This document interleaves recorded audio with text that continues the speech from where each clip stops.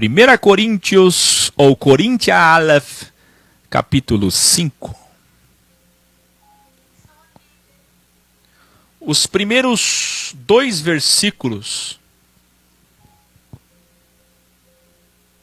de 1 Coríntios, nós vimos no grau anterior, portanto, cole todos os graus. Você está vendo aí no início o hashtag graus, 248 esse, você tem que colar todos. Nós começamos desde Matiarro, Yohanan Moshe, Luca, Yohanan, Romiá, agora 1 Coríntia Aleph.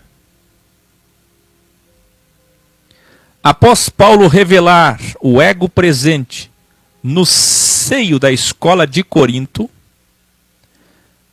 que prefigura a igreja que veio dos pagãos, dos não-judeus de hoje, agora ele prova que os coríntios precisam de professor, que eles não são autossuficientes e que precisam julgar o mal e não o bem. Hoje vemos muitas pessoas combatendo o bem. Isso é absolutamente contraproducente. Nós devemos combater o mal. Quando alguém, ou mais grave ainda, uma família, um grupo, uma escola de Jesus, uma igreja não tem coragem de afastar o mal, combater o verdadeiro e conhecido mal, mas para combater o bem o fazem com naturalidade, é um grande sintoma de Corinto. Vide o grau 248 anterior. Ou melhor, de agora. Eu vou explicar para vocês aqui, em pé.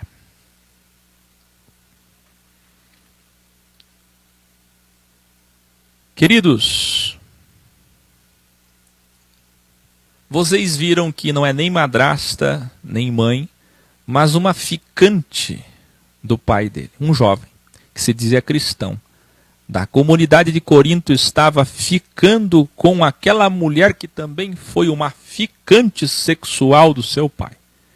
Tiveram até uma luta corporal, agressão física, provavelmente, como veremos, comprovado na segunda carta.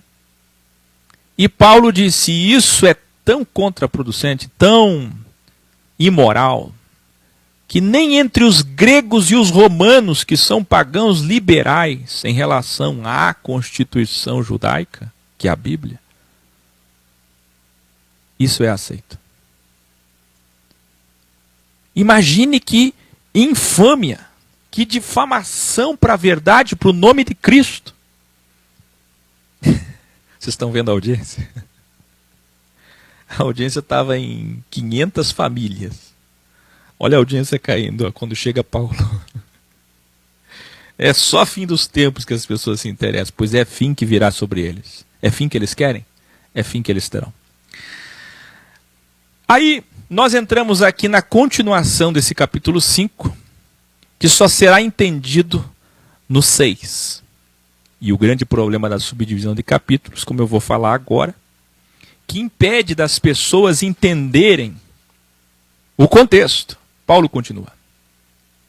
Mesmo eu não estando presente em Corinto fisicamente, estou com vocês sempre metafisicamente. E eu estando em Corinto em espírito, já condenei, daqui onde estou, quem cometeu esse grave erro aí onde vocês estão. Antes que eu fale sobre metafisicalidade de novo, porque é Bíblia, porque é Paulo, porque é verdade, porque isso está inclusive em qualquer lugar, seja na primeira Bíblia, segunda Bíblia, em toda espiritualidade. Aliás, espiritualidade é meta além fisicalidade. Extra materialidade, como quiser. Eu vou falar sobre combater o mal.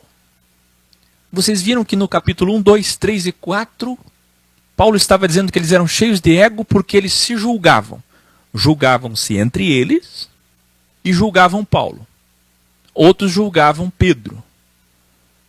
Outros julgavam Cristo. Alguns chegavam a dizer, Cristo é um Deus muito pobre, pequeno, não poderoso. Nasceu pobre. Morreu. Que provar que ele ressuscitou. Aí nós falamos sobre as 4 divisões, epicureus, estoicos, cínicos, hedonistas, E Paulo faz um leque, uma comparação em divisão de Apolo, ele, Paulo, Cristo e Pedro. Aí tinham aqueles que não consideravam ele um apóstolo autêntico, um embusteiro, um impostor, um fariseu, um infiltrado, como muitos consideram hoje, por isso que o título desse grau vai ser o apóstolo mentiroso. Tem materiais de todo tipo contra ele, pessoas desigrejadas de fato e religiosas de fato, pessoas que não querem seguir ele. Querem seguir Cristo, como se Cristo tivesse ensinado outra coisa. Olha, se vocês querem seguir outra coisa, não se digam cristãos. Outro aspecto importantíssimo aqui, num grupo, numa família, numa empresa, juntou pessoas, 2 ou 3 ou mais, delta pessoas ou mais, igreja, escola. Quem combater o mal, quem fizer o mal tem que ser combatido. Os outros fazem um escrutínio, uma votação e votam contra aquele mal. Se é um mal, avon, como nós vimos no grau anterior, pecha e rata, erros que nós todos cometemos e ninguém tem que julgar a vida de ninguém. Cada um cuida de si, como diz Romanos 14.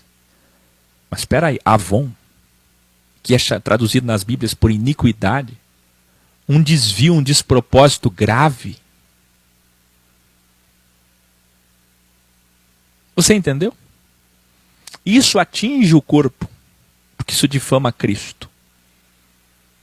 E atingindo o corpo tem que se reunir para julgar como um tribunal eclesiástico. É baseado nesse texto, para você ter uma ideia, que criaram convenções humanas, convenções de igrejas locais, excomunhões, expulsões, disciplina, banco. É baseado nisso que os cardeais têm um corpo docente para julgamentos, para tribunais, para discussões, tanto na igreja católica como na igreja evangélica. Agora escute. Paulo continua falando sobre a condenação daquele ato e sobre metafisicalidade. Ele diz: quando vocês estiverem reunidos como escola, como igreja, igreja é escola, no nome do Senhor Jesus Cristo, sabendo que eu estarei com vocês reunido em espírito, através da autorização do nosso Senhor Jesus, na sua Bíblia diz poder, poder aqui é autorização, entreguem este homem ao assolador. Quem é o assolador? Para quem conhece dualidade, entende que é o Deus do caos, é Jeová, Iavé, dente por dente, olho por olho, lei, morte, sombra, trevas, Deus do juízo, Deus da lei, Deus do aio, Deus da tipologia, Deus da primeira Bíblia, Deus na dualidade para julgar os maus. Como é que Deus não vai ter o mal para julgar os maus? Como é a metáfora do livro de Jó? Sobre o assolador, está na Bíblia toda, é só você colar os graus aqui sobre dualidade, dê uma chance a si mesmo. Se você pegar Amós agora e abrir, você vai encontrar lá que o assolador faz todo o mal do mundo. Não há mal que suceda a uma cidade que não tenha sido assolador. Quem é o assolador no original? Jeová. Jeová é o termo para o Deus da guerra, o Deus do caos. Por isso que surgiu o maniqueísmo, Marcion, batalha espiritual, dualismo e não dualidade. 2 deuses em guerra. Não é isso. Não tem 2 deuses em guerra aqui. Tem mal para quem é mal e bem para quem é bem. Deus nunca vai dar mal para quem é do bem. Aliás, Jesus falou isso, Mateus 5, 6 e 7, no contexto da pregação dele, ele diz, olha, o ensino dele é, nunca o Senhor vai dar pedra, pau para uma criança que pede alguma coisa boa. Se ele tem um filho, todas as suas criaturas são seus filhos, por isso que ele é pai, porque ele é gerador. Se ele criou todas as criaturas, fez tudo que existe, tudo que há, tudo que alguém desejar, pedir, rogar do seu jeito, em sua verdade relativa, por acaso o Senhor vai dar mal para quem é mal? É isso que o contexto está dizendo. Deus só vai interferir, grau 122, dando mal através do assolador para quem é mal. Agora entenda. Na sua Bíblia diz Satanás. O chifrudo da Idade Média, ou Lúcifer do erro da Vulgata Latina, que as enciclopédias de teologia ainda vão endossar esse erro, mesmo explicando o códex e dizendo lá em hipóteses sobre os anjos caídos. Por favor, entenda. assim seu corpo morrerá. Na sua Bíblia diz ser destruído, morrerá. Mas sua alma poderá ser salva no dia do Senhor. Revelare. A autorização aqui é conferida não através de Paulo, mestre da graça, mas através da orientação de Paulo de que, reunidos em Corinto no nome do Senhor, poderiam julgar juntos em votação o grande mal que aquele jovem cometeu, difamando a verdade. Vou explicar. Tem Bíblias que chegam ao ponto de o tradutor, achando que tem autorização para mudar as coisas da forma que ele entende, ele colocou assim. Porque eu faço as oscilações aqui de textos para vocês entenderem. Agora, tem alguém aí, tem algumas traduções que vão colocar assim, o decreto de Paulo. Como se Paulo tivesse decretado. Isso só corrobora ainda mais a hostilidade que já é grande contra Paulo.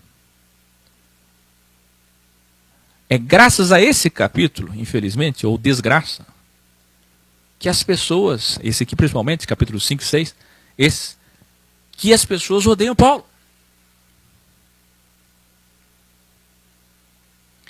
Eu estou dizendo que se Corinto se reunisse e todos, a maioria, votasse para afastar aquele homem envergonhando, já vou explicar o contexto, então estaria certo. Eles têm autorização para isso. Jesus disse isso. Se você está dizendo assim, eu não quero ficar com Paulo, Paulo é mentiroso, vou ficar com Cristo. Cristo foi quem ensinou isso.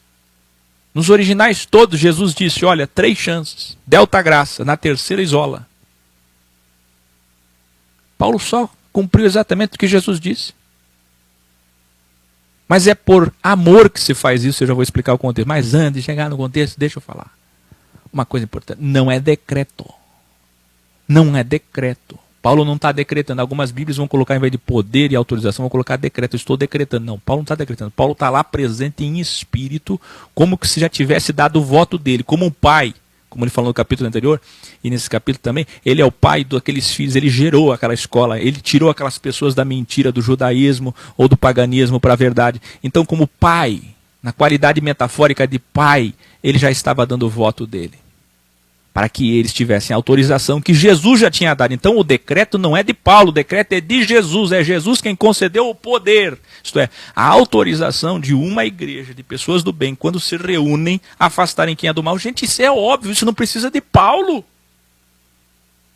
Será que precisa dessa carta que encontraram e acabou sendo compilada aqui na Bíblia para você dizer palavra de Deus? Olha aqui Paulo, contra ou a favor? Não, não precisa de Paulo. Uma família de bem, uma empresa de bem, tem uma pessoa de mal, o que é que faz com essa pessoa, pelo amor de Deus? Tem um partido político, alguém desviou dinheiro, o que é que vocês querem que faça? Que mantenha ali?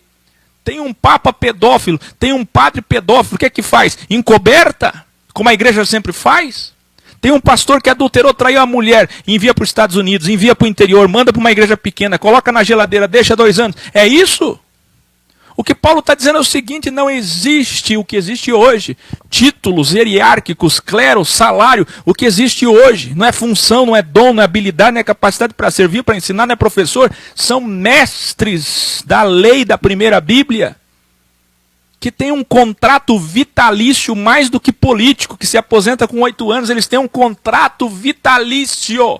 Uma vez sacerdote, sacerdote para sempre. O pastor é pastor. Ele pode largar a esposa de 60 por uma de 20, uma de 14, e a igreja aprova, como aconteceu no Tabernáculo da Fé em Goiânia, como aconteceu no Tabernáculo da Fé em Curitiba, como aconteceu na Assembleia de Deus que eu já vi, como já aconteceu na Deus e Amor, com os filhos do Davi Miranda. Larga uma de 60, pega uma de 18. Larga uma de 40, pega uma de 20. Ou trai a esposa, ou pedofilia, ou abusa de uma criança deficiente física, como eu já vi. Muitas vezes eu sei de tantos casos. E sabe o que a igreja faz? Não excomunga, pastor, não excomunga. Agora a ovelhinha, jovem, é disciplinado. Os de cima não são. Precisa de Paulo para escrever o óbvio? Na família de vocês, tem 7 filhos. 2 filhos sabem que o pai bate na mãe. Ninguém vai fazer nada? 2 filhos e a mãe sabem que o pai abusa dos filhos menores. Que teve de mãe que encobertava no passado, sabia que o pai abusava de uma das filhas e não fazia nada. É assim que é. Numa empresa, alguém está roubando, alguém está fazendo algo que é imoral, antiético, ilegal. Deixa a pessoa no cargo? Deixa a pessoa na função? Gente, isso não existe nem em empresa, nem em partido, nem em família, nem em lugar nenhum. Nem em sociedade, nem em agremiação, nem em clube, nem num condomínio. Eu estou aqui num apartamento, no meu estúdio, aqui gravando. Se eu cometer um erro agora aqui, o que acontece? Eu tenho problemas com esse condomínio, eu sou expulso desse condomínio. Se uma pessoa tiver participante de um clube, tem regras, tem uma Constituição, tem uma Bíblia lá. Mas nem precisava ter a Bíblia, porque a Bíblia é só para os fracos. Os bons já obedecem sem aquela Constituição, sem aquelas regras, sem aquelas reuniões. Agora, se é reunir, sim, se reúnem para melhoramento, para aprimoramento, para evolução. Mas precisam de regras? Precisam se reunir para ficar repetindo as regras? Quais são as regras mesmo para obedecer? Escute o que eu estou dizendo. O que eu estou falando é algo muito maior. Eu estou dizendo que não precisa disso aqui de Paulo. Por que vocês odeiam Paulo? Por causa disso aqui? Vocês precisam de Paulo e Áquio para dizer isso aqui? Não é o óbvio? O mal não tem que ser tirado? O metafísico não aponta o físico não aponta para o metafísico? Quando tem uma erva daninha, vocês não tiram? Como é que é o quintal de vocês? Como é que é a casa de vocês? Uma bagunça? O que vocês fazem com o lixo de vocês? Na geladeira, o que está vencendo, o que não está vencendo na despensa, vocês deixam? O que está errado, vocês deixam? Gente, pelo amor de Deus, por que odeiam Paulo? Agora o cidadão está agredindo o pai fisicamente, tendo relação sexual com a ex do pai, reunido ali. E quando Paulo diz para tirar, Paulo era um impostor, Paulo era um mentiroso, onde já se viu pregar a expulsão da igreja. Cadê o amor?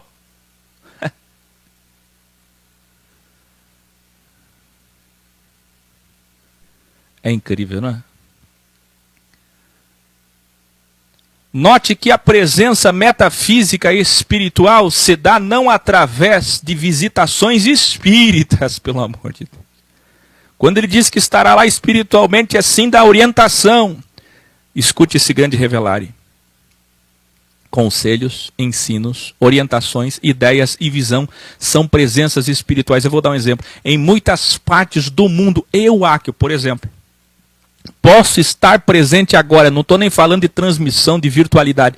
Eu estou falando que eu estou presente através do que eu ensino. Se alguém em algum lugar do mundo está compreendendo o que eu ensino, vendo que é verdade, seguindo, praticando, e assim o meu espírito está lá, pois o espírito é formado pelo delta, desejos, intenções e motivações, como já revelamos, e ele está conectado ao cosmos superior de cima, isto é, a dimensão onde não existe espaço.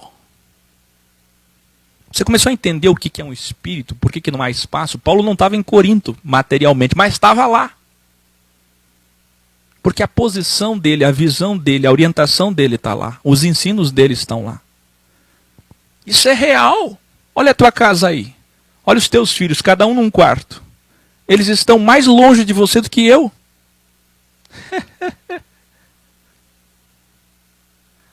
Você está entendendo que muitas pessoas que muitas vezes estão do nosso lado, estão mais longe de nós do que pessoas que estão muito longe? Só por aqui você vê que o cosmos espiritual é muito mais forte que o cosmos material. Uma pessoa pode estar unida com você em espírito totalmente, sem você nunca ter conhecido ela, nunca ter apertado a mão dela. Eu tenho certeza que tem gente que eu nunca vou conhecer, eu vou morrer. Ou o reino virá antes, talvez eu nunca morra. Serei transformado, nós estaremos lá juntos, e eu nunca conheci ela nesse cosmos material, mas ela foi a pessoa que mais esteve ao meu lado.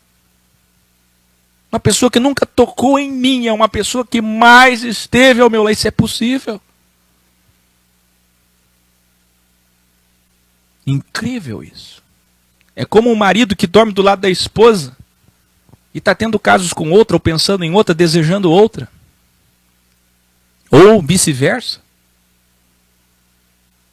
Ou alguém que está descontente numa empresa, pensando em sair. Ele está ali, fisicamente. Mas o espírito dele não está ali. Isso é incrível.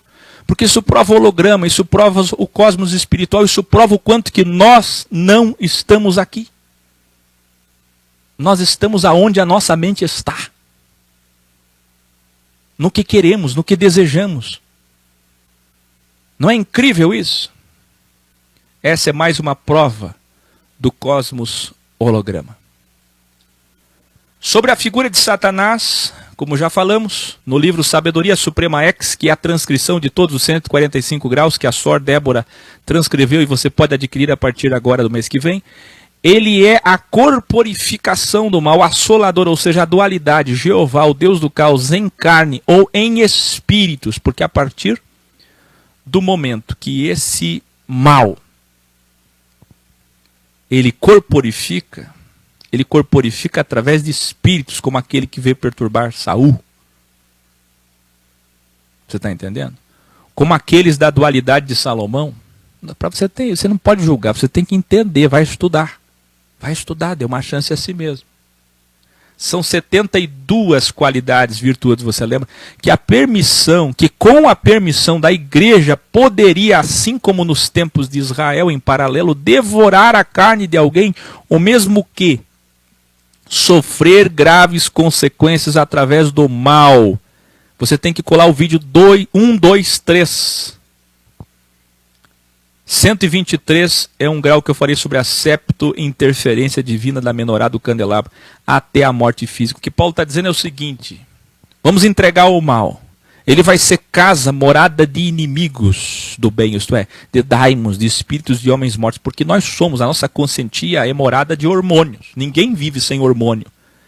Vai assistir meus vídeos 72 hormônios. Ninguém vive sem espíritos. Todos nós ou temos o Espírito de Cristo, que é a orientação do Espírito, a visão do Espírito, vencer o ego, fazer o que Cristo fez, ser um cristão, ser Cristo, ou não. Ou ser do mal, ou não ser Cristo. Ser ou não ser Cristo ou não ser Cristo. É isso que nós dizemos, só que não existe um misticismo em cima disso, mas existe sim esses espíritos, que são as virtudes do mal. Ora, se eu tenho o ego, sou invejoso, sou ciumento, sou divisor, sou caluniador, eu tenho espíritos para que vão incorporar em minha consciência. Agora preste atenção. A consequência de todo esse mal é a morte. A consequência de todo esse mal é a destruição do corpo. Paulo fez isso por amor, como um pai, pois ele gerou aqueles filhos alunos de Corinto. Se o jovem continuasse no grave erro por conta de seu ego, então sofreria consequências, mas sua alma seria salva no dia do Senhor, isto é, julgamento aqui, e não da salvação, e não de salvação. Até julgamento dessa natureza, entregando o corpo dele ao assolador, ao mal, às virtudes do mal, aos espíritos malignos, para ser casa de demônios, habitação, até assim, Paulo não condena a alma dele. Veja que até aqui, que é o nível máximo de um julgamento de alguém, a pessoa não pode ser julgada soteriologicamente, isto é, em salvação. Ninguém pode julgar a salvação de ninguém, como a gente sempre ensinou. É isso que diz Matiarro 7, é isso que diz Romiá 14.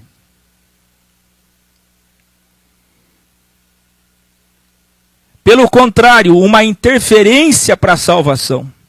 Mais do que isso, Paulo está dizendo o seguinte: o meu voto, e agora votem, juntem os votos, estou orientando vocês, é que este homem, se ele não se arrepender, que ele seja a morada dos homens, dos espíritos malignos. Porque cristão ele não é. O Espírito de Cristo não está dele. Ele não é templo, não é casa, não é morada, não é santuário, não é habitação de Cristo. Se ele não é habitação de Cristo, ninguém é casa vazia. Escreva aí, bom aluno, boa aluna, escreva aí. Ninguém é casa vazia. Consciência nenhuma. Não tem essa coisa de oficina vazia, não. Ninguém é casa vazia. Ou você é próton, ou você é elétron. Neutro é teu ego que escolhe. Então o que você é? Ou você escolhe ser Cristo, ter o Espírito Santo encarnado, ele se dizia cristão. Se você não é, então você é habitação de demônios.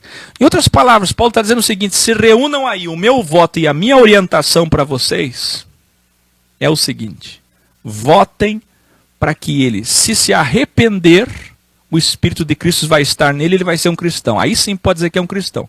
Agora, se eles não se arrepender e continuar cometendo isso, e continuar tendo relação sexual com a ex do seu pai, provocando o seu pai, a mulher era pagã, o pai dele era pagão, ele estava difamando Cristo para todos os pagãos.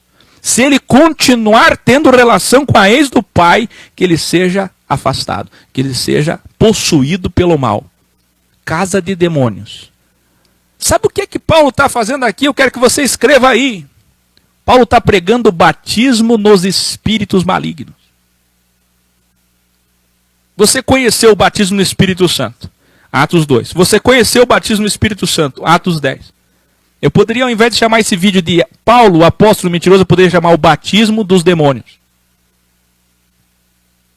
Porque Paulo está dizendo o seguinte: se ele não tem o Espírito Santo, então receba o batismo de demônios. Só que, educadamente, ele está dizendo, já que eu não posso decretar isso, vocês votem. Eu já votei. Votem para que, se vocês, maioria com certeza, aprovar que ele não é mais um cristão, não sendo um cristão, deliberado que ele não é um cristão, ele é o quê? Quem não é cristão é o quê? Quem não tem Cristo tem alguma outra coisa. Então ele vai receber o batismo. O batismo é inserir. Os espíritos malignos vão possuir ele, o mal. Porque quando fala Satanás assolador, é todo o mal. Esse mal vai possuir ele e a consequência vai ser a morte. Porque quem tem espírito maligno vai cometer cada vez mais mal e de um abismo a outro até chegar à morte. Entendeu? Então não tem nenhuma mistificação como fazem por aí, que ele ia ter uma doença, que ele ia morrer, ou que Paulo estava aplicando a lei do tempo olho por olho, dente por dente, para morrer como no tempo da lei, que morria por pedra e depois salvava o corpo. Sim, a aplicação metafórica sim, de que salva o corpo, quer dizer, morre o corpo para salvar a alma. Isso sim, de fato, no passado, apedrejado, matava o corpo para tentar salvar a alma. Sim, de fato, isso é aplicável, isso é correto, isso é certo. Agora não é isso que ele está falando. O que ele está falando é mais profundo. Ele está falando de batismo de demônio, batismo de daimons. Receba os espíritos malignos como Saul recebia. Você quer demônio? Você quer Deus ou o mal? Você quer o bem ou o mal? Você quer o Espírito Santo perfeito ou o imperfeito? Só tem dois espíritos. O Espírito Santo